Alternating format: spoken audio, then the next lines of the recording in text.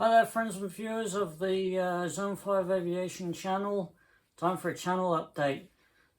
So there's not been a lot going on, to tell you the truth. My mojo has been way down, to be honest. Work has just completely taken over. And but what has been troubling me is this guy, the Hobby 32nd scale B-24 Liberator, which I've been steadily picking up again over the last couple of weeks. I did an update video, it's saying a month ago. My problem with getting my head around the circuitry for doing the lights. Fortunately now I've got my head around the lights. The wings are done, which I showed that in the video or explained it. But a good friend of mine put me on to something that I hadn't seen before, hadn't even considered. These little tiny CB lights. I don't know the exact term for them, but he put me onto them. He gave me some, said, here you go, try these. You know, these might work for you, because I wanted to get lights up in the tail section here. For the Liberator has position lights, one on the outside of each tail fin, and then one at the very back there, just under the tail gun turret. And I wanted something small enough to be inconspicuous, that's going to fit in between the plastic parts, so I didn't really have to do too much gouging out of material, but also bright enough that it would, or dim enough that it wasn't going to overwhelm anything else I was going to have going on. I don't have an example with me right now, but you put me onto these and they're a game changer. You know, I was going for somewhat old school style of LEDs, resistors and all that kind of gubbins. And he's like, no, don't do that. That's old school. Well, that's how I learned. So he gave me a bunch. I put them. They are installed in the tail, and they use so little power. They're not going to get overwhelmed by any additional current. And I can wire them all through the cabin and hook them up to basically just one big power circuit, and nothing's going to surge. They are, they seem, tempting fate here, indestructible. So that's what's been going on, and so I can actually show you. Yes, it almost looks like a complete airplane, but looks deceiving. So the position lights are just here. I took my finger. And that position light is just there, so you're going to have the tail gun turret sitting over the top. The wires will be underneath, you won't see a thing. So there's going to be lights in the bomb bay, through the cabin, and so just much easier to work with these little CB lights. So I've gone ahead and ordered a bunch of them, because I can't keep swiping off my mate, you know, although he's very generous and helped me out. I'll sort myself out, and I just ordered a whole bunch from AliExpress, and should be here. I ordered them 2 days ago. They should be here in the next 6 to 7 days. So once I get those, this will probably gain a bit more traction. So yeah. So that aside, couple of other things, mostly buying stuff really, which I know I shouldn't. So I have a very good, I've built up a very good sort of customer relationship with Franklin Hobbies.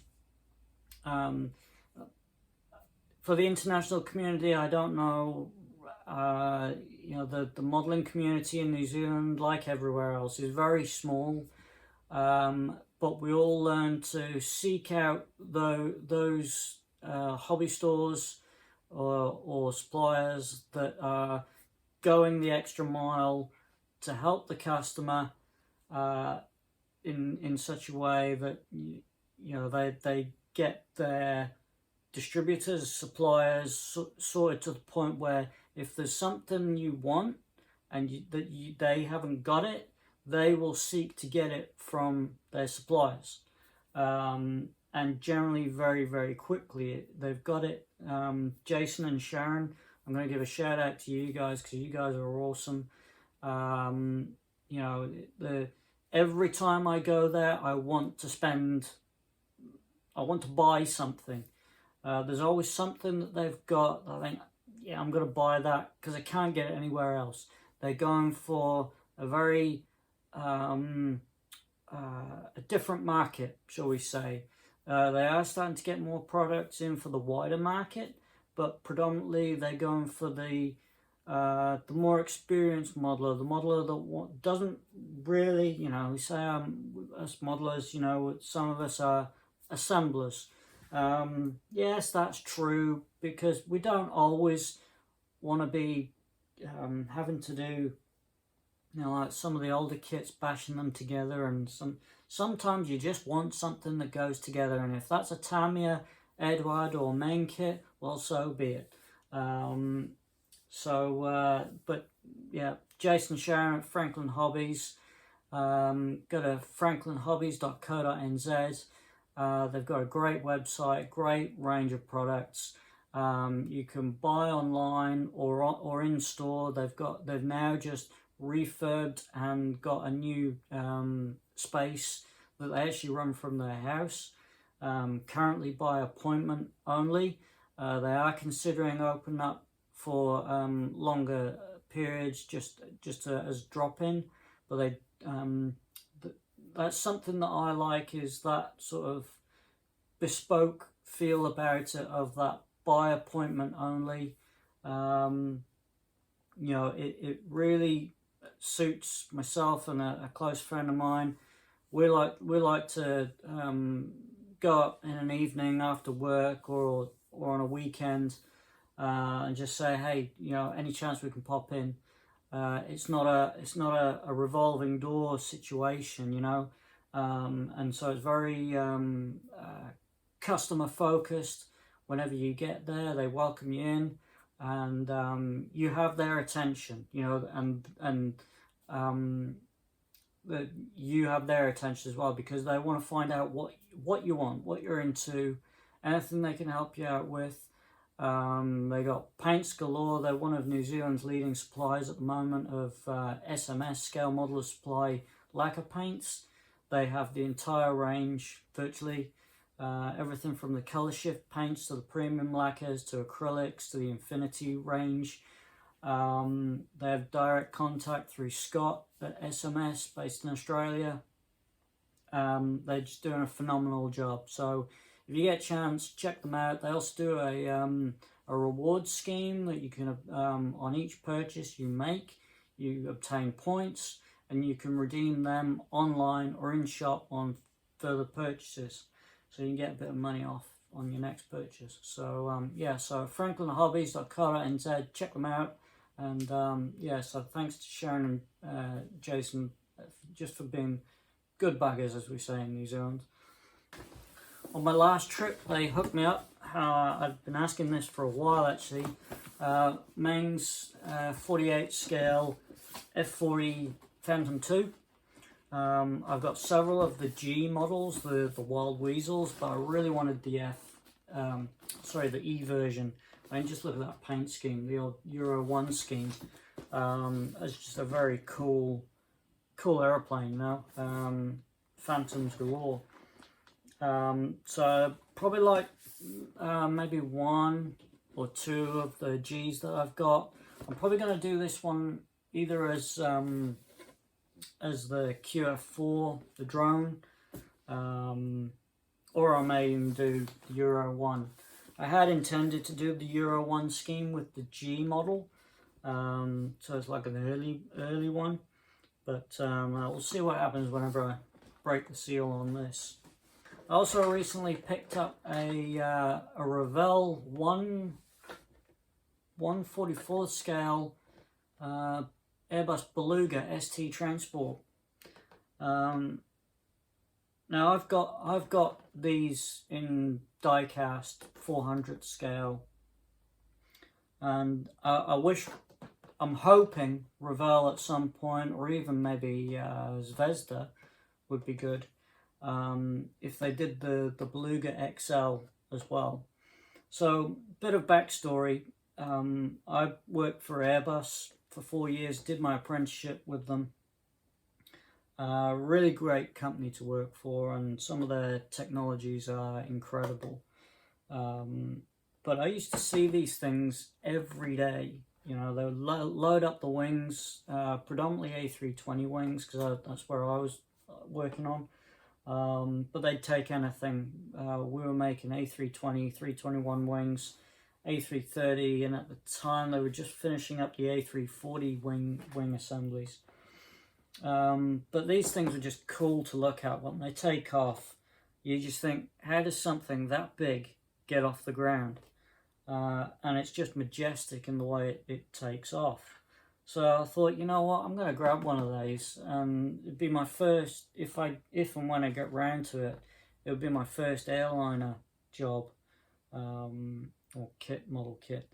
And it surprisingly, it actually has, part of the instructions give you a template to be able to cut open the door, the cargo door, and put an interior on the inside. It is just a deck. It doesn't have any of the framing, but that would be a cool project to do, is to do the framing on the inside, and maybe do a mobile lift platform that they used to use, and they would slide the pallets on with the wing sets. So just love the Beluga, and I love the Airbus livery, you know, with the blue tail. It's just beautiful. So that's my first airliner model kit.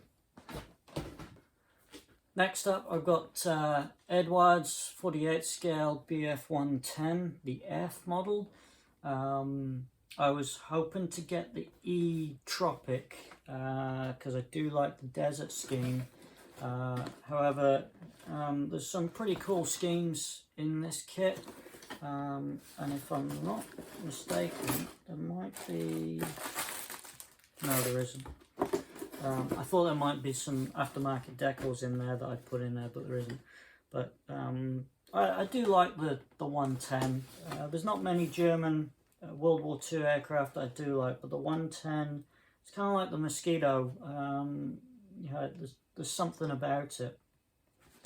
Usual Edward form with the Profi pack. This is the older style boxings these days, because they got the new style of boxings. Come with the photo etch and paint masks. I'm not sure if there's any resin in this one, but this is quite an old boxing now. Is there a date on it?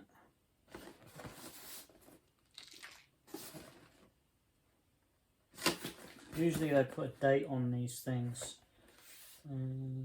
So this is 2017, so we're getting on for a few years back now. Yeah, very cool. I do have on order, they're brand new, soon to, in fact, it's released next month, is the new 48 scale P51B.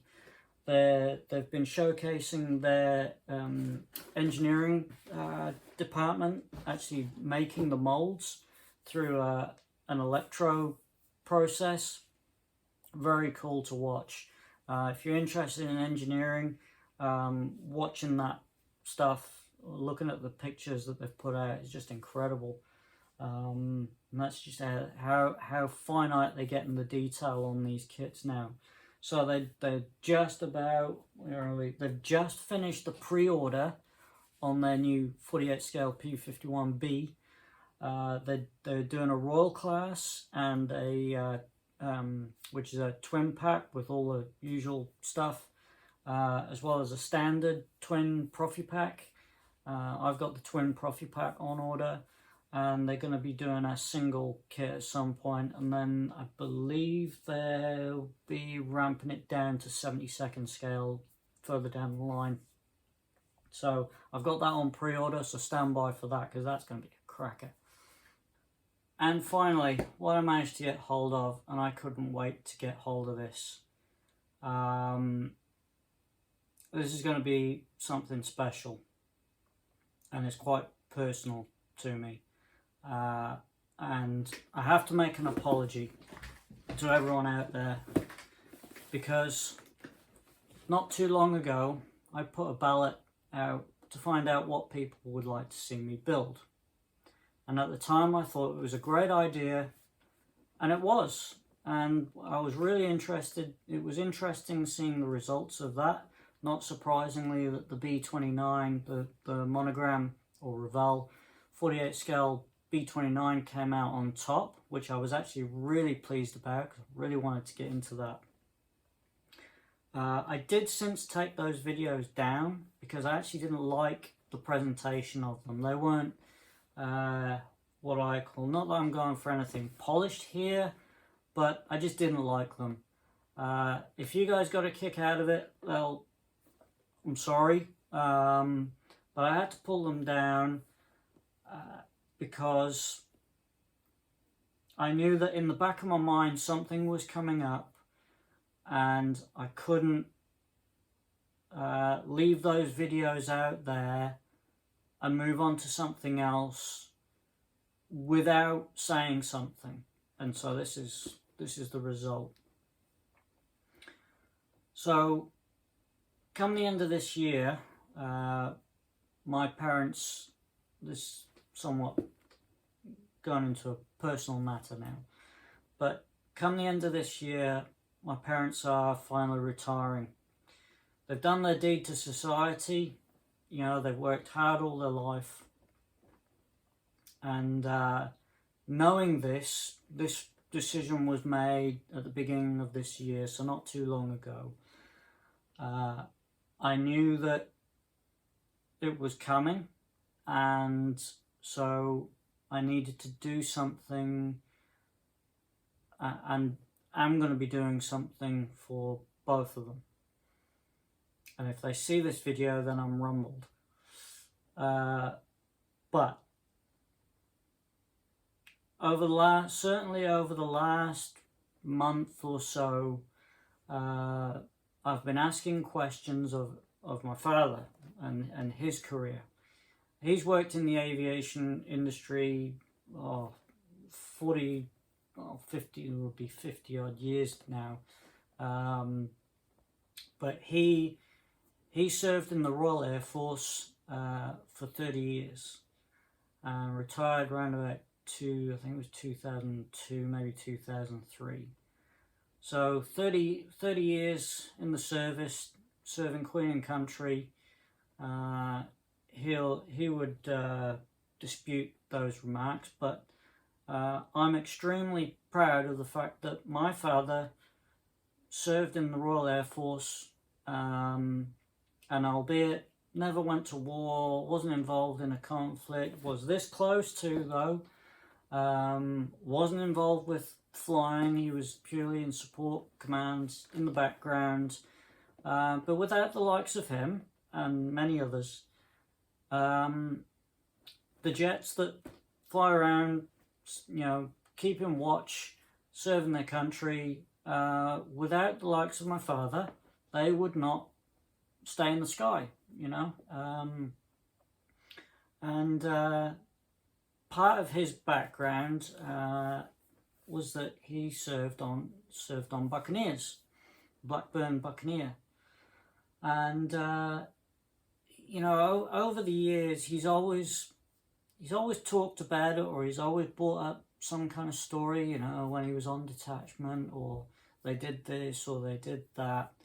So every now and again something would pop up in conversation, and particularly with my interest in aviation, we'd spend hours talking, often to the small hours of the morning, just talking about his experience. And he was fortunate at the time when he joined the Royal Air Force, and he served with the Buccaneers. He went on the very first detachment to Nellis Air Force Base in 1977 for Operation Red Flag.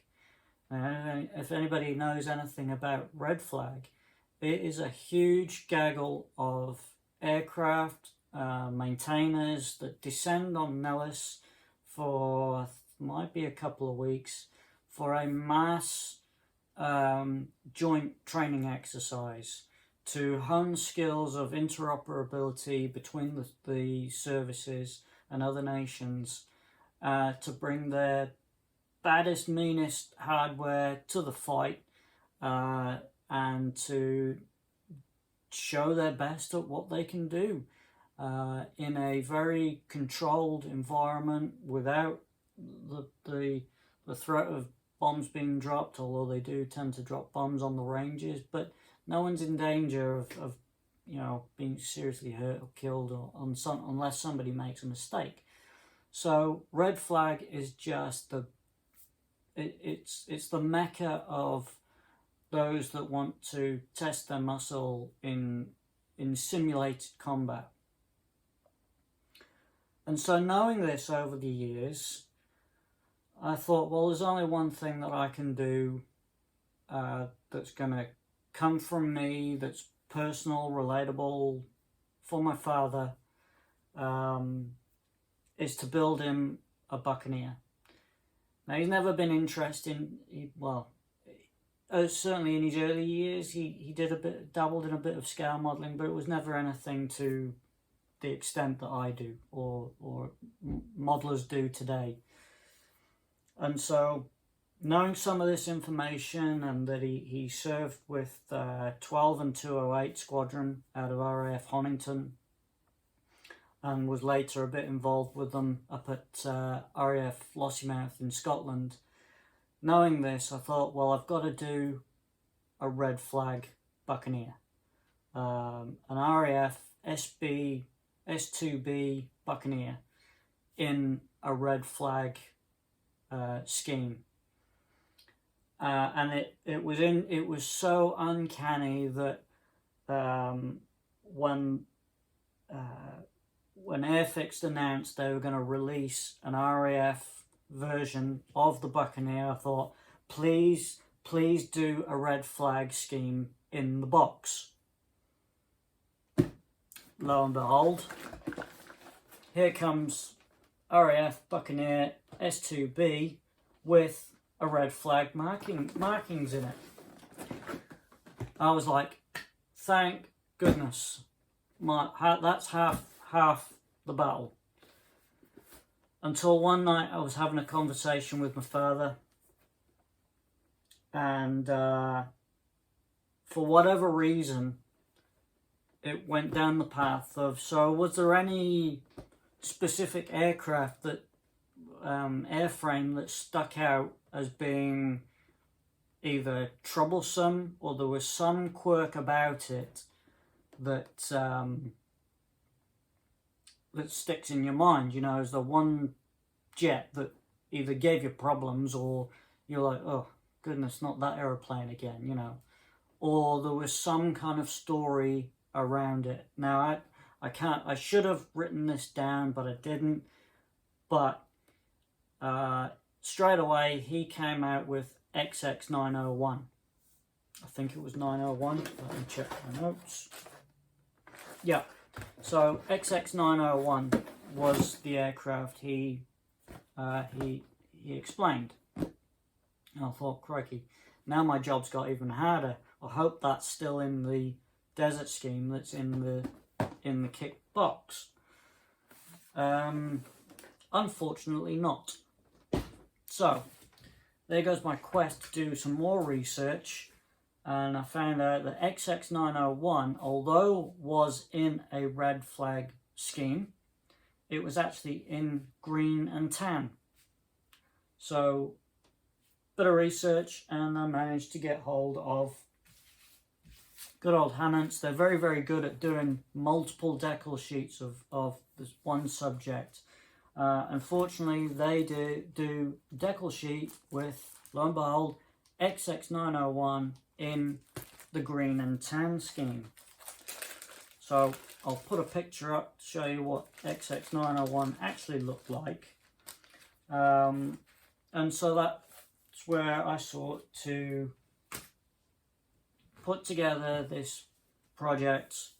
And so that's where, unfortunately, the B-29 is going to be shelved for the time being, and possibly for the remainder of the year until I get this done. I need to have it done at least by December, maybe January. Depending how far I get in the following months, we're going into winter here in New Zealand, so long darker nights might give me some extra time to work on this. So that's where my efforts are going to be going as of probably this weekend. And so with that in mind, I wanted to do this right. I wanted to do a typical loadout of what the aircraft was probably carrying during raid flag, and I cannot find any specific, unless anyone out there has any specific photographs of XX901 during red flag 1977. If you've got them, any that you can share, I would be very grateful to show any loadouts. But typical loadout I'm going for is with the slipper tanks on the wings. There was a jammer pod on one side and a CBLS 100 practice bomb dispenser pod on the other wing. Closed bomb bay, that sort of thing. And with the goal of having wings up, intake, exhaust blanks on, that sort of thing. Unfortunately, Airfix have done the good thing and they've included the intake and exhaust blanks in the kit, so that's a good thing. But I've gone ahead and bought a swag of aftermarket items for the kit. I've got everything from photo etch to resin, blanks, all that kind of stuff.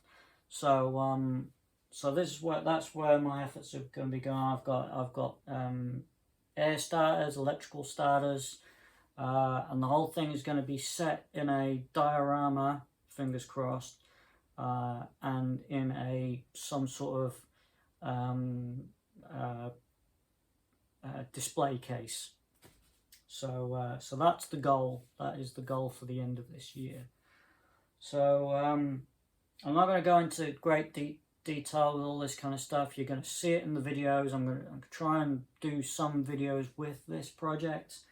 But so this build is just to commemorate my father's service, both in the Royal Air Force and through the civilian industry, to celebrate his 50 plus years of working in the industry, and to the efforts that he goes to help keep airplanes in the sky. I know there's many like him. Well, actually, no, there's not. I'll explain this probably in another video as to what he's actually done through the years. So so I'll leave the video there, and thanks for watching, everyone, and keep following the channel. Look us up on Facebook at Zone 5 Aviation, same name on the Facebook page. A lot of my build pictures are on there and stuff, what I've been working on, so feel free to take a look, and just say hello either on here below or on the page. So thanks for watching, everyone. I'll see you on the next one. Thanks a lot. Bye now.